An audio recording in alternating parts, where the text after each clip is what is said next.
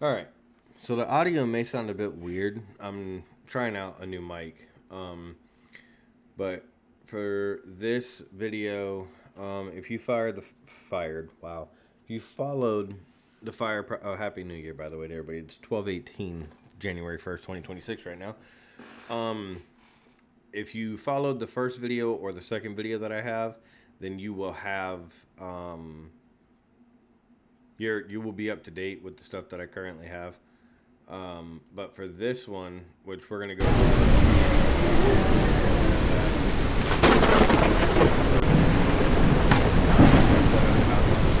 structures as well. So let's go ahead and let's dive right into that.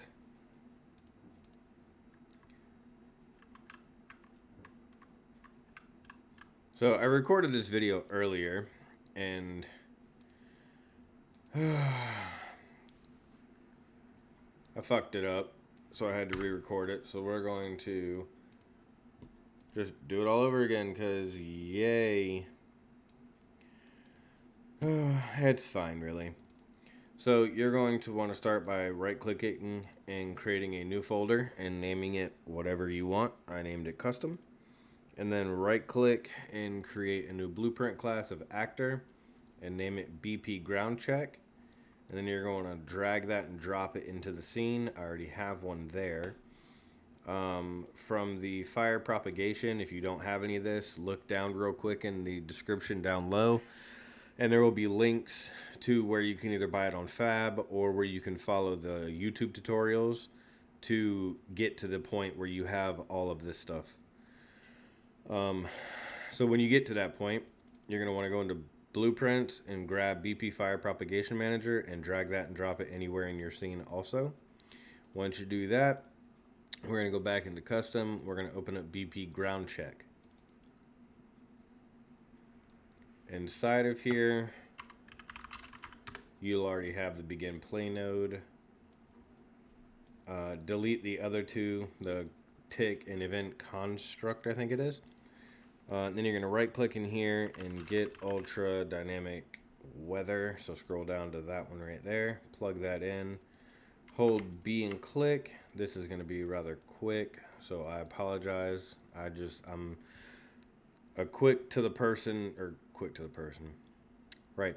I'm quick to get it done and call it a day. You're going to drag out here and click Promote to Variable. I already did that, as you can tell from right there. Connect that to the true. Create a new variable. Boolean is lightning. And we are going to put that and set it to false. And off of this false, we're going to go into here. And then we're going to get a retriggerable delay. Plug that in like so. Off of here to the beginning of the begin play from the completed.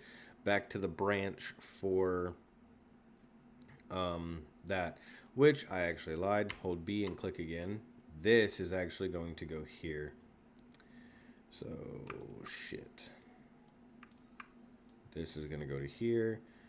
This is going to go there. That is going to go there. And for the condition, we're going to drag out UDW again.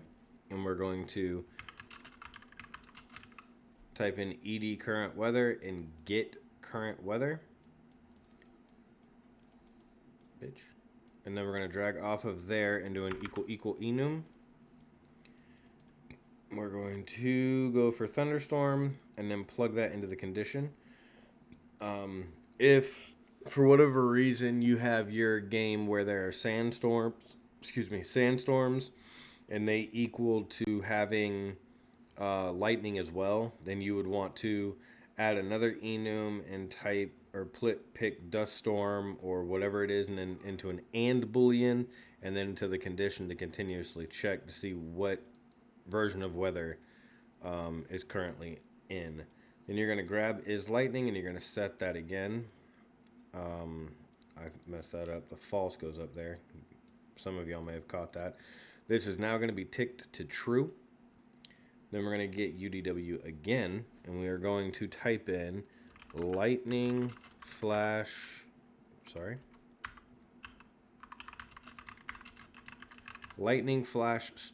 and we're going to click assign. Name this whatever you like. I don't see any point in renaming it because once this code is, or this logic is set, there's really no need to ever come back to it. As far as I feel, you may need to come back possibly, but I doubt it. Type in random float and range. And what goes inside of here is going to be your landscape location on the X. So copy that and then paste it into both of these. On the bottom one, just take the negative away. If your landscape is already in the positive, then just make this positive bigger than your minimum. And then Control C that and Control V it twice. So we have 3 in total. We are going to grab UDW again and we are going to type in set lightning location. Okay. Set custom lightning location. Right click on that and split both of these structure pins. Plug this into that execution and then the X, Y, and the Z to those as follows. Then we are going to get a line trace by channel. This is going to be negative 50 fucking million or whatever number you want. It has to be extremely high. Split the start and connect your X, Y, and Z. The reason for this is so that way if your landscape is below the 0 line, for right here, if it's below it, this will shoot down far enough to still hit it.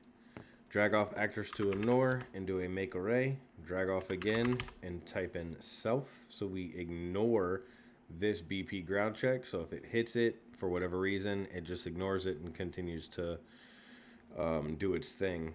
We'll do a debug type duration for this current moment to make sure everything is working just fine. Drag out and break the hit on this guy. And then this is where all the old magic and the new magic happens, because I found this interesting thing called Flash Lightning UDW. And what it allows is for, make sure you check use custom lightning location. It allows for lightning strikes to actually hit wherever the line trace hits. The previous ones that I did not have that, so it was more of a make-believe the lightning struck there, but this actually allows the lightning to strike said area. Split this structure pin right here like so. Drag off of impact point and type in break. And you're going to want to connect the X, the Y, but leave the Z unconnected and type in 5,000, 50,000, however high you want the lightning to be above and come to the ground. Impact point will go directly into custom target location. We're going to right click and type in random integer in range. Plug this into here. This is strictly up to you. This is so that way the lightning is different every time it strikes. Then we are going to want to do a branch. This is to show the lightning striking the area for the immersion. This next part right here, does actor implement interface. The interface will be SGK building interface. This is what will set up to do the damage to your structures. So if you have a giant base that's built and the lightning strikes the roof will become destroyed. Whatever tile of the roof it hits will become demolished. If for whatever reason the lightning were to, say you set this up to like do it at random angles and lightning were to strike the foundation of one of your bases, then typical the SGK damage control would happen to where anything attached to it would also collapse. So in theory, your whole base or part of your base would be destroyed because the lightning struck it, which I feel brings immersion.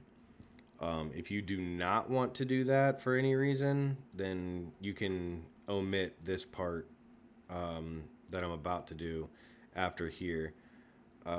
Type in spawn. This part you do need to do if you don't want to do the damage part either way. Spawn actor from class. It's going to be the BP Fire Grass. The impact point is going to go into spawn transform. And if it does not implement that, we want to fire off. That means it hit the ground or a tree, and we want to spawn the fire. Now, if you do not want to do the damage part, this and this are irrelevant. You can just come straight from here to here, and then you're pretty much done with that. There's nothing else to do in this portion of it. However, I want to destroy the structures, bases, whatever you want to call them.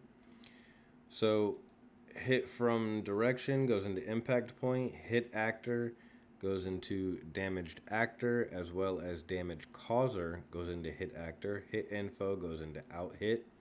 Over there, base damage, it's lightning. I don't see anything really surviving it. And then we also want to come off and also spawn the fire because lightning struck it. So that is that for that part of the damage to your building objects and spawn the fire. If it does not hit a building, it will still spawn the fire, like if it, hits the ground or a tree or whatever the case may be.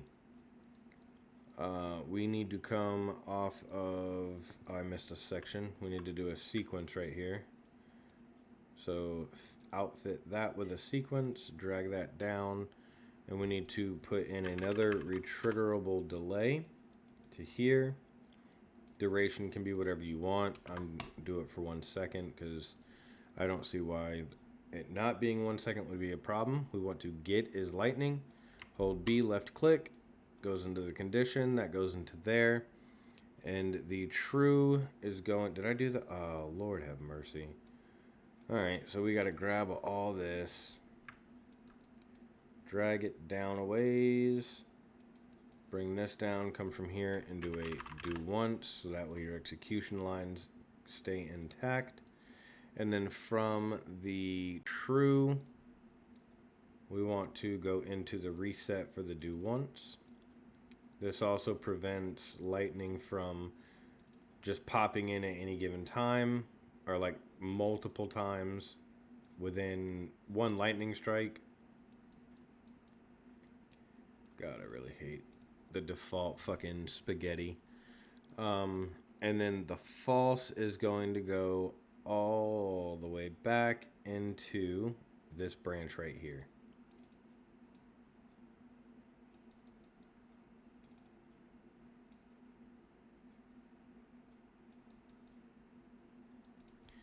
And that is it for that. The BP ground check is now complete.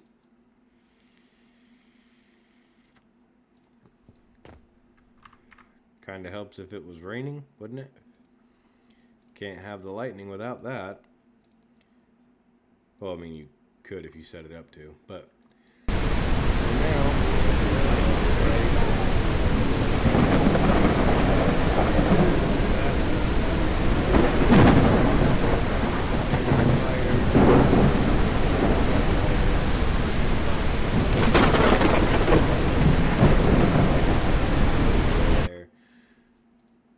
and you can now see the actual lightning strike the ground, which I find to be nice. Now you're going to right click and go to blueprint and do a blueprint interface and name it BI Fire Detection. We're going to go into the BP Fire Grass, which is in the fire propagation folder. Go into class settings and implement interfaces and click add, and then find that and add it. That's all you have to do there. Next, we want to go into the master character.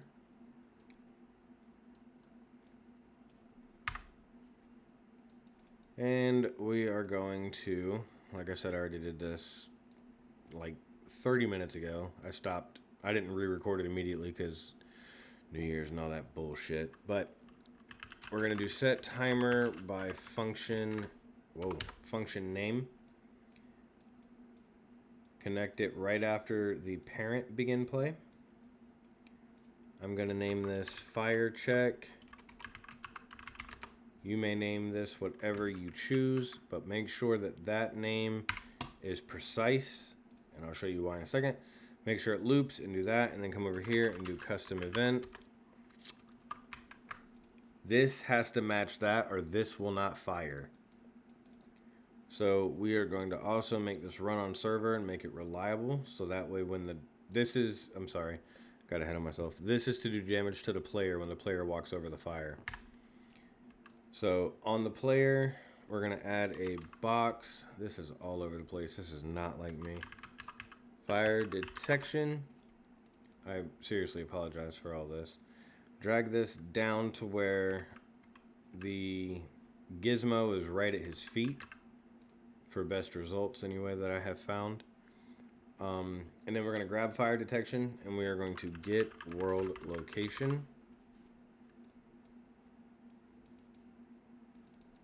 Then we're going to get a sphere trace by channel. Not a multi, but a regular sphere trace by channel. And then for the start and the end, they're going to get plugged into world location. Radius, I have found 20 to be good. We're going to debug that to make sure it works. Drag off of actors to ignore and type make for a make array. Drag off of it and type self. And then we're going to come over here and we are going to break this hit result. And we are going to come off of hit actor and does implement interface. And that's going to be your BI fire detection. Hold B, left click to get you a branch. And then we are going to apply point damage. So if we do walk over something that has BPI or BI fire detection, we are going to want to damage ourselves. So the damaged actor is the self. The damage, I'm just going to do 20. The impact point is hit from direction. Hit info goes into out hit. And the damage causer goes into hit actor.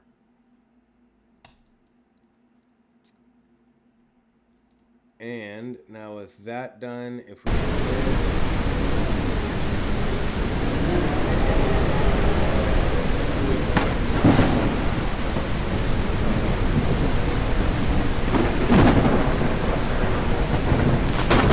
that is working, you may make that a little bit bigger if you so choose, but that's entirely up to you. And I guess you could have it, you know, also to where if you should be in a random spot and lightning strikes you, that it just kills you instantly. See, this is where I go off on a tangent. Because you technically could do that right there too. Like you could, let me see. The odds of this happening are probably like a bajillion to 1. But SGK character interface, so you could also do does implement and then SGK character, and you could do an or boolean. So you could do that. So if it hits that or it hits that, damage is done, and well, the player's fucking dead.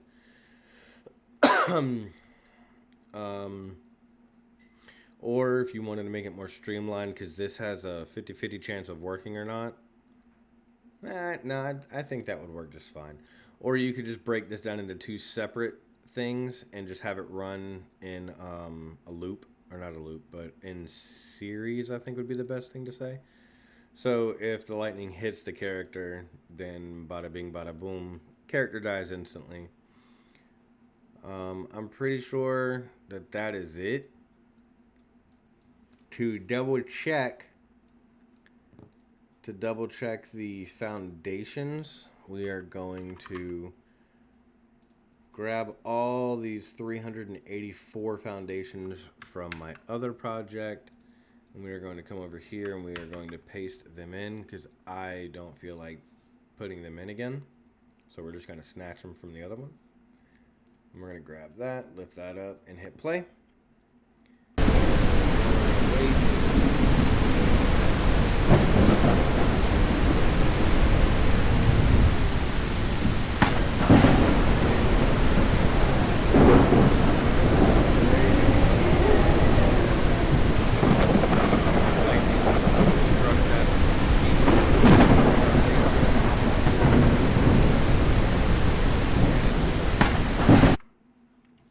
So that is pretty much it.